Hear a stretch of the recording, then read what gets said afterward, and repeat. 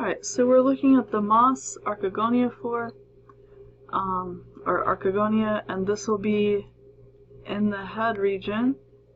So again, we're going to have interspersed sterile hairs,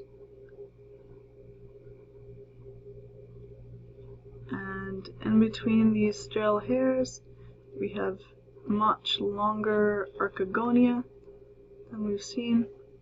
So we're going to actually have kind of a stalk.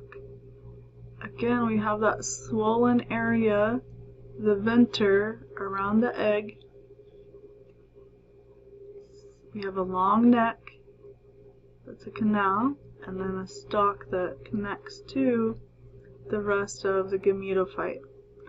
And within this chamber, we're going to have the egg.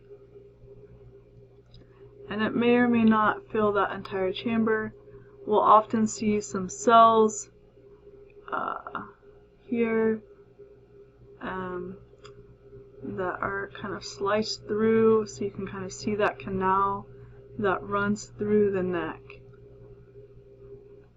Alright, so this swollen area is the venter. The cell inside that venter there, that is the egg. Sometimes you can even see a little nucleus in there. This long area connecting the archegonia to the rest of the gametophyte is the stalk.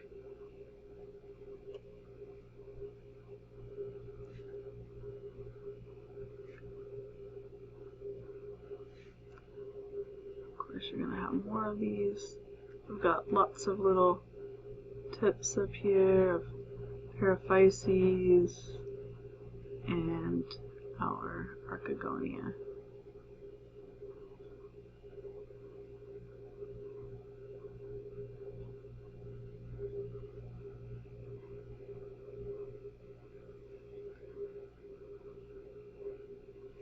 Okay, so these sterile hairs, those are the paraphyses.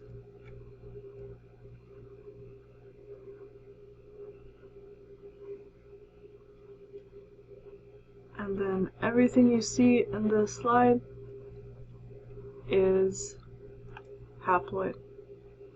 So everything is haploid, haploid, haploid, haploid. Okay, I'm going to add a bit of color.